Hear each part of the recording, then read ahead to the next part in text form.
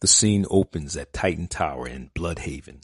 Donna Troy answers the phone. Hello? Donna, says Grayson on the other end.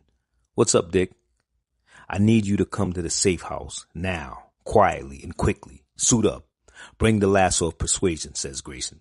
Upon Donna's arrival, she asks her fellow members, what's happening? A whole lot.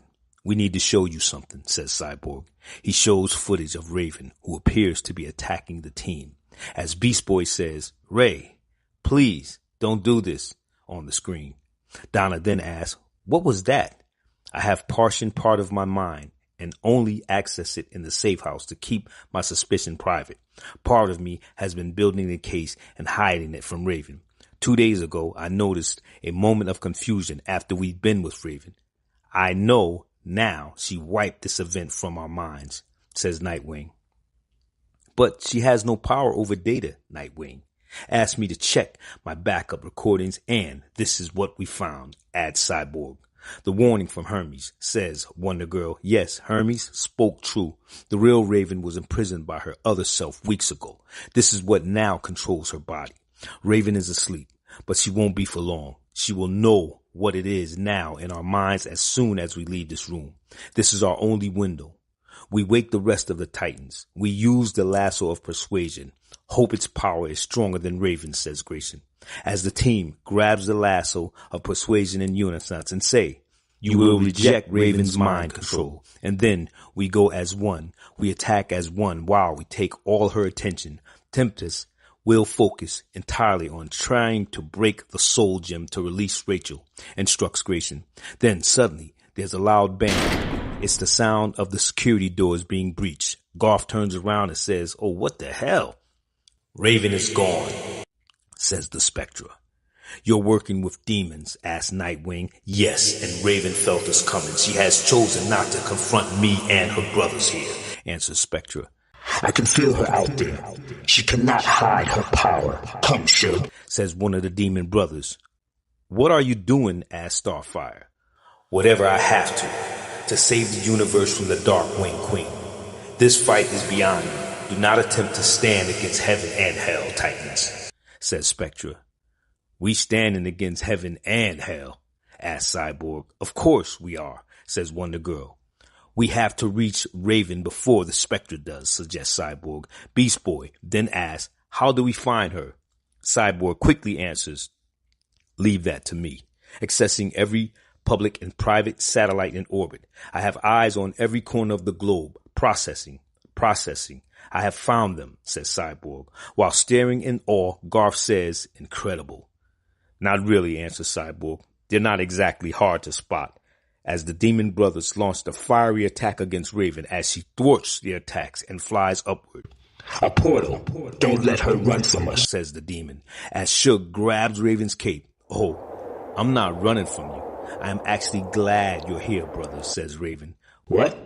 Why? Asks the demons. Because I know that this is how it has to be. As she pulls Trigon's staff from the portal, you think you're a threat to me? We are not equals, as she instantly grows to the height of a Titan. As she grabbed the two demon brothers, she says, you are not my rivals. You're just the missing pieces. No, screams the demon. Yes, just one more to go. No, yells the demons as they are encased in the magical gem as the evil magical crown appears upon Raven's head. A few seconds later, a boom tube appears outside the Titans. Beast Boy calls out Raven. You? What is it about you? Why do I pay attention when you speak? Responds Raven. You don't have to be this, Raven. I know you would never. That's the thing. I'm not Raven. Are you sure?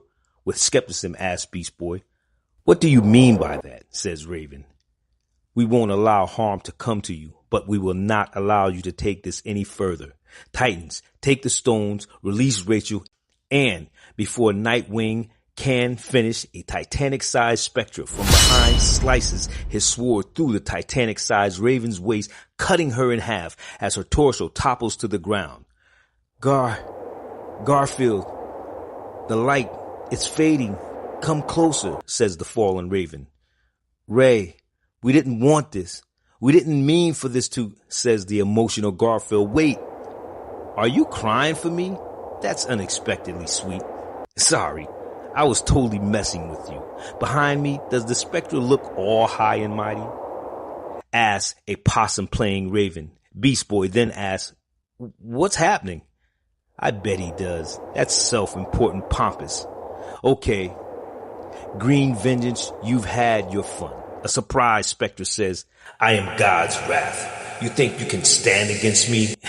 Sure, I can stand against you as soon as I reattach my legs. There we go. You're a very powerful being, but you've misunderstood what you're facing here, Spectre. See, you're not just facing me, you're facing the power of all of us.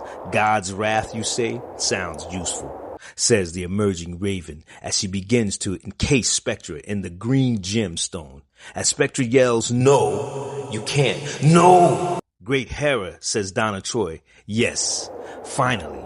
As Raven completes her crown of power and the Titans quickly retreat into the nearby forest, Swamp Thing emerges from the forest bed. As the Titans near the edge of the forest, Levi, says Starfire, the green is in pain.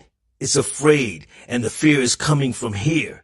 Hell's inferno and holy fire. It's breaking the world. I will try to hold it together. But you must stop her, says Levi Kami. Raven, we don't want to hurt you, says Starfire. Don't worry, Corey. You couldn't possibly hurt me. And it's not just me you have to worry about. Can you feel it? The despair in the air, says Raven. What is that, says Garth. The earth. It's screaming, responds Swamp Thing. Everyone pull back, yells Garth. Just then, the ridge erupts like a volcano and outbursts Trigon as he yells out, Daughter, Darkwing Queen, it is our time.